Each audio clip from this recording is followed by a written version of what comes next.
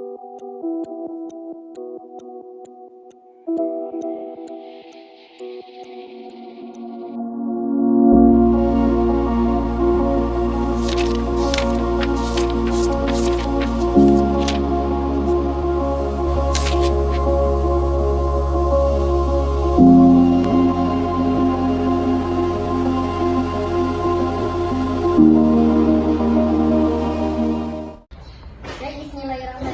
Assalamualaikum warahmatullahi wabarakatuh.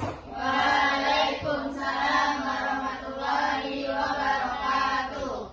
Selamat pagi semuanya. Pagi. Terima kasih atas kesempatan yang telah diberikan pada pagi kali ini. Baik yang saya hormati Al-Ustadz Muhammad Irfanuddin Kurniawan selaku dosen pengampu mata kuliah Filsafat Ilmu, dan yang saya banggakan anak-anak ustazah sekalian. Nah, pada kesempatan pagi ini ustazah akan menyampaikan pembahasan mengenai filsafat ilmu dengan judul mengurai benang khusus filsafat.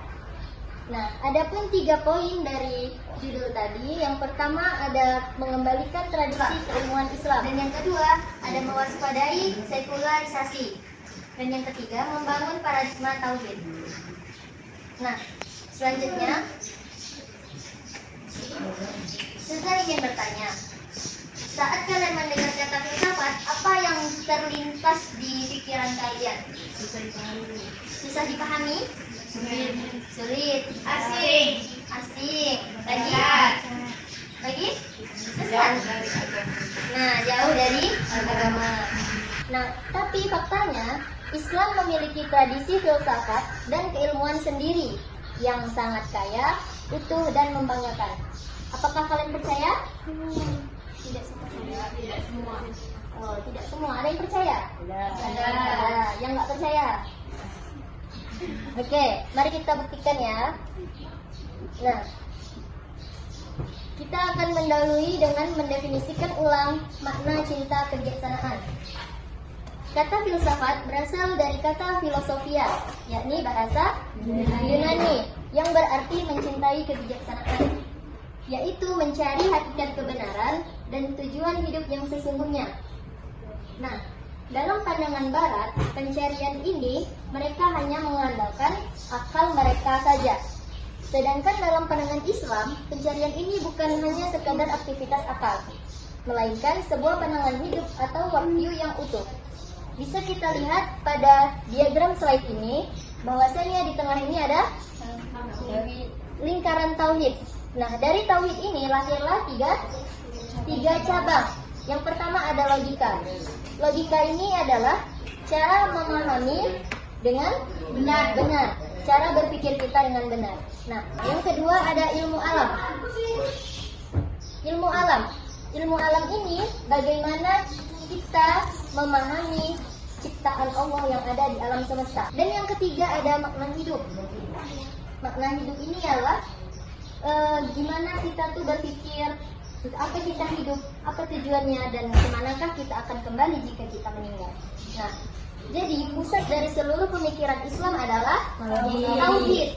Nah, yaitu keyakinan mutlak bahwasanya hanya Allah lah Sang Maha Pencipta dan satu-satunya, bukan salah satu-satunya sumber segala kebenaran. Nah, selanjutnya mari kita bandingkan secara jelas antara filsafat Barat dan filsafat Islam. Yang pertama mengenai sumber kebenaran. Dalam filsafat Barat, sumber kebenaran ini adalah akal manusia. Nah, mereka mengambil sumber kebenaran hanya dari akal manusia dan observasi empiris semata. Bagi mereka, akal manusia itu segalanya. Nah, sedangkan dalam filsafat Islam, sumber kebenarannya adalah wahyu dari Allah, yaitu sebagai sumber tertinggi. Dan wahyu ini didukung oleh akal. Nah, jadi akal itu di atasnya ada wahyu. Selanjutnya ada perbandingan antara peran dan akal. Dalam filsafat Barat, peran akal itu bertindak sebagai hakim tertinggi. Nah, yaitu yang menentukan kebenaran mutlak. Mereka tak lagi memandang apa-apa, mereka hanya memandang akal. Jadi peran akal mereka itu sangat tinggi. Sedangkan dalam Islam, akal itu sebagai alat mulia untuk menganalisis dan memahami. Sedangkan wahyu tadi tetap di atas akal. Paham? Nah, yang ketiga ada pandangan hidup. Dalam filsafat barat, mereka bersifat dikotomi dan sekular, yaitu memisahkan rasionalitas dari spiritualitas. Mereka itu memisahkan antara urusan agama dengan urusan dunia. Lain dengan filsafat Islam. Mereka itu bersifat holistik dan tauhid. Mereka menyatukan duniawi dan ukhrawi. Bagi umat muslim, bagi filsafat Islam, dunia dan akhirat itu adalah kesatuan yang tidak boleh dipisahkan. Jadi nampak jelas di sini perbandingan antara filsafat barat dan filsafat Islam. Nampak. Oke. Nah, selanjutnya Ustazah ingin bertanya, bagaimana Islam membangun tradisi keilmuannya? Iqra. Iqra? Ya. Kenapa Iqra? Karena membaca. Karena Membaca. karena membaca. Belajar. Betul. Karena ya membaca. Nah, ayat pertama yang turun bukanlah tentang perintah salat, perintah zakat, perintah haji, puasa, melainkan perintah membaca. Nah, jadi kata lain dari membaca adalah menuntut ilmu. Maksud dari membaca adalah menuntut ilmu. Sedangkan menuntut ilmu itu adalah kewajiban yang wajib. Dan kewajiban menuntut ilmu itu bukan pilihan. Nah, dan ilmu itu berdiri di atas 3 pilar yang kokoh. Kita bisa lihat pilar ini. Nah, yang pertama, ilmu berdiri di atas wahyu, yaitu sumber kebenaran mutlak dan tertinggi yang diambil dari Al-Quran dan As-Sunnah. Apa itu As-Sunnah? Hadis. Nah, selanjutnya ilmu itu berdiri di atas akal. Akal itu apa? Alat rasional, yaitu anugerah dari Allah. Untuk apa akal? Mengadili dan memperadakan masa. Ya.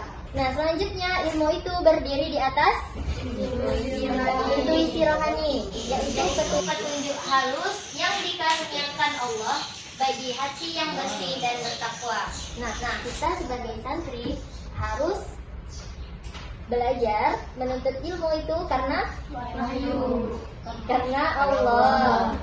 Kan dari Al-Quran dan Sunnah. Al-Quran Sunnah itu dari Allah. Wahyu itu dari Allah. Kita belajar karena Allah. Terus kita belajar harus menggunakan akal. Terus kita harus menjaga hati kita tetap menjadi bersih dan bertakwa. Nah, selanjutnya, apakah kalian tahu istilah dari The Dark Age? Tahu apa? Zaman kegelapan atau abad ke-8. Nah, bisa kita lihat pada slide ini.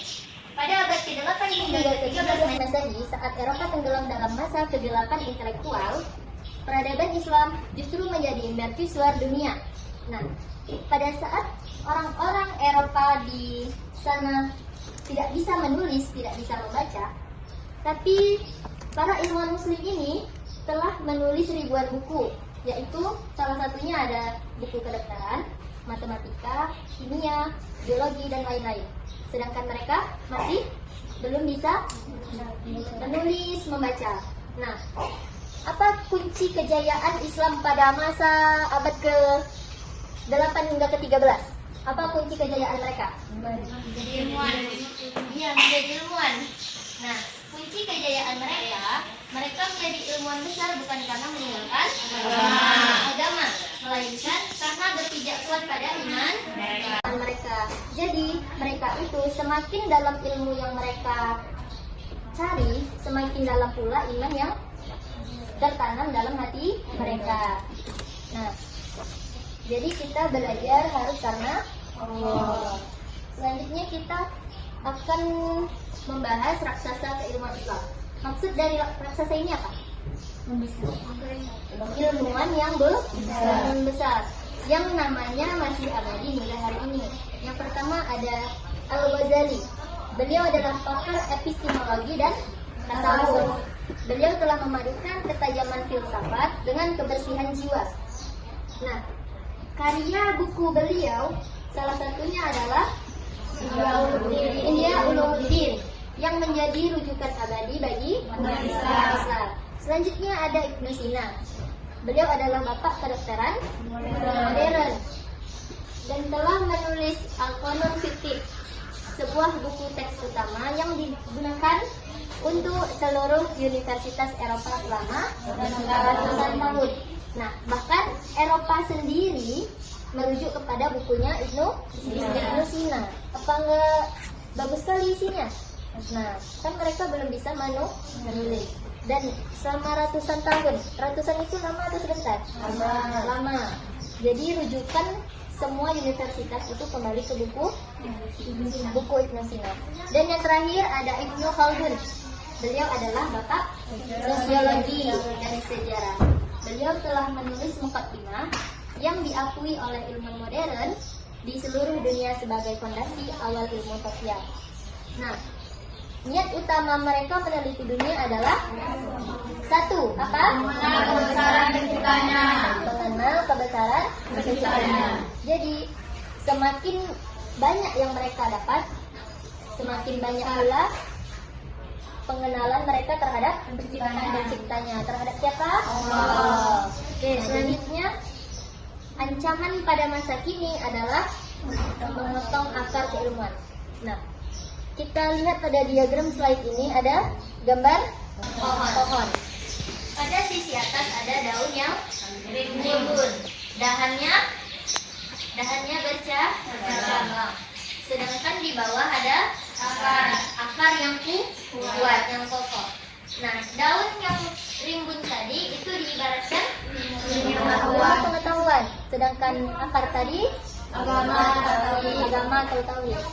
Dan ada garis merah ini yang namanya sekularisasi. Inilah pemisahan antara pengetahuan dan agama. Nah, tantangan terbesar saat ini adalah sekularisasi ilmu, yaitu sebuah paham yang secara paksa memisahkan ilmu pengetahuan dari nilai-nilai agama.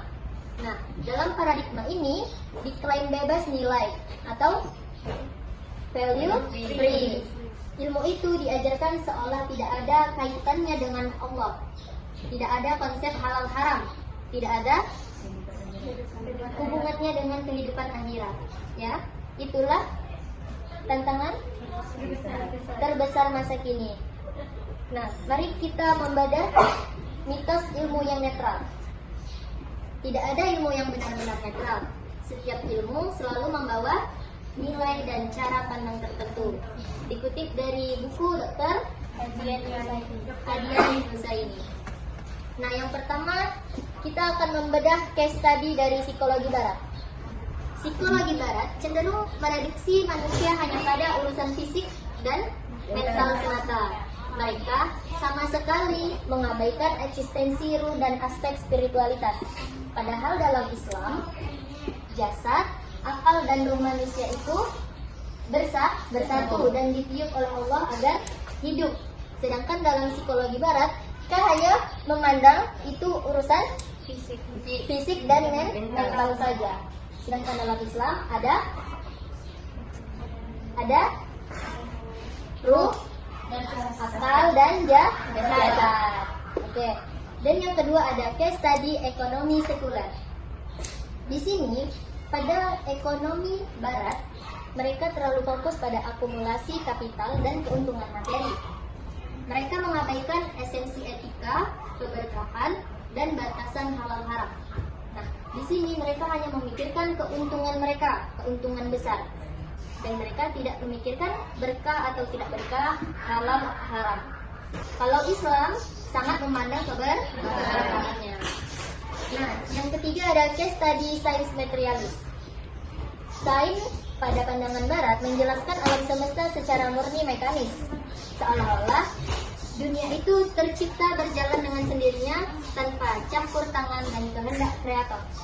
Nah, mereka ini bilang kalau misalnya alam semesta, bumi, dan planet-planet lainnya ini langsung ada. Gimana itu langsung ada? Tanpa ada sang pencipta. Gimana? Salah. Jadi dalam pandangan mereka, dunia ini tak ada yang menciptakan. Dunia ini tak ada yang menciptakan dalam pandangan sains mereka. Oke? Kalau pandangan Islam semuanya tercipta dari Allah. Nah, dari ancaman tantangan masa kini tadi, apakah ada solusi? Ada. Nah, coba kita lihat diagram gambar slide ini. Apa ini? Data dunia. Nah, segala informasi yang kita dapat, data-data yang ilmu kita punya, kayak misalnya ini ada ilmu matematika, ada fisika, biologi, ekonomi, segala macam. Ini kita harus melihatnya dengan kacamata tauhid, yakni apa yang kita dapat tadi kita harus mendasarkannya dengan akidah, etika, dan konsep halal haram. Bahwasanya apa yang kita pelajari, informasi yang kita dapat semua itu adalah ilmu Islam, dan ilmu Islam akan kembali kepada Allah. Dan ilmu yang kita pelajari akan membuat kita bertakwa, menambah pula ketakwaan kita kepada Allah. Nah, apapun disiplin ilmu yang dipelajari, baik itu sains, sosial, teknologi, medis, atau segala macam lainnya, kita harus melakukan kalibrasi ulang. Kita harus menyaring fakta empiris menggunakan landasan akidah Islam. Nah, ilmu sejati bukanlah sekedar penumpukan informasi, melainkan pengetahuan yang menuntun pemiliknya pada amal soleh dan ibadah. Nah, selanjutnya ada paradigma intelektual muslim modern. Nah, adapun tugas kita sebagai orang muslim, yakni kita memandang semua ini sebagai poros tauhid. Yang pertama, kita harus memahami fondasi masa lalu.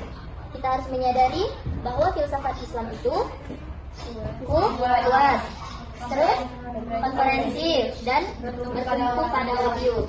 Nah, filsafat ilmu bukanlah hal yang asing atau sesat. Kita harus menyadari itu, ya. Nah, yang kedua, kita harus mengklaim kembali warisan pada masa kini. Nah, filsafat ilmu itu adalah warisan, adalah ilmu yang diwariskan kepada kita, pada umat muslim modern. Nah, kita harus bangga dan teruskan tradisi ilmuwan muslim klasik yang niatnya belajar murni sebagai ibadah. Yang terakhir,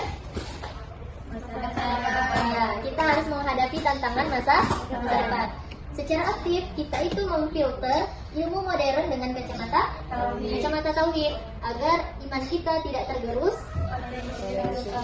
oleh infiltrasi pemikiran sekuler, agar kita itu tidak memisahkan antara dunia matematika tadi dengan agama. Kita tidak boleh memisahkan, karena kalau tadi pohon tadi kita tebang, yang di atas masih bisa hidup? Tidak, yang di atas akan mati. Sama halnya kalau ilmu pengetahuan tanpa agama, tauhid tadi, maka ilmu itu bisa menjadi racun, akan menghasilkan seseorang yang tidak bermoral. Itu. Dan yang terakhir, Ustazah memberi pesan bahwasanya jadilah penerus Al-Ghazali, Ibnu Sina, dan Ibnu Khaldun. Bukan hanya mewarisi kecerdasan akal mereka, tetapi yang utama apa? Kebuatan mereka. Nah, jadi kita bertambah ilmu, bertambah iman. Nah, teruslah belajar dan jadikan setiap tetes ilmu sebagai jalan untuk mendekatkan kepadanya. Siapa? Allah Subhanahu wa Ta'ala. Mungkin hanya ini yang dapat saya sampaikan. Sampai sini apakah ada yang ingin bertanya? Baik, silakan Kaila. Bagaimana cara kita menerapkan kacamata tauhid dalam belajar sehari-hari saja? Oke, mungkin caranya cukup sederhana ya. seperti yang sudah jelaskan tadi, setiap kali kita belajar materi apapun, kita harus tanyakan 3 hal. Yang pertama, apakah ilmu ini sesuai dengan nilai-nilai Islam? Karena apa tadi yang kita bahas? Harus berlandaskan Islam atau tauhid. Nah, dan yang kedua, kita harus bertanya dalam diri kita sendiri, bagaimana ilmu ini bisa membuat saya semakin mengenal Allah. Tuh. Dan yang ketiga, bagaimana ilmu ini bisa bermanfaat bagi umat.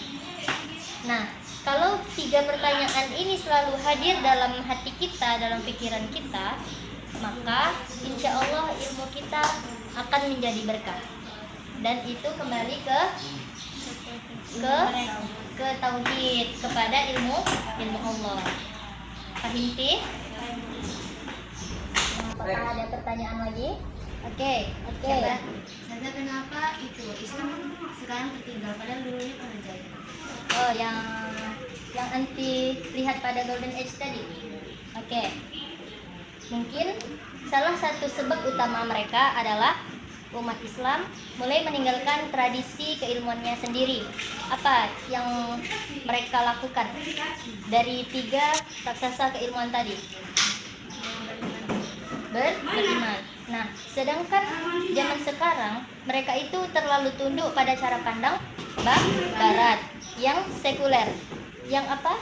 Yang memisahkan antara Ilmu pengetahuan dan agama sendiri. Nah, kita mulai malu dengan identitas Islam kita.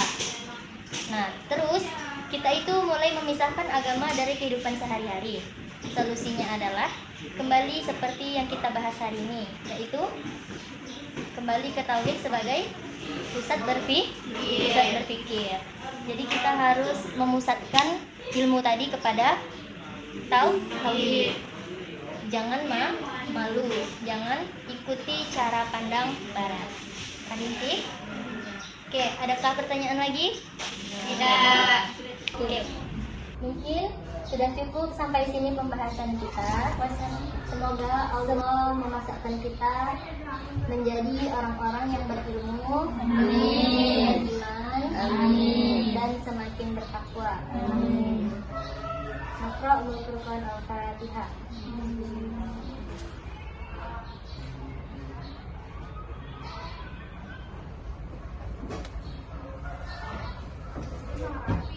Baik, mungkin hanya ini yang dapat saya sampaikan. Lebih dan kurangnya mohon maaf.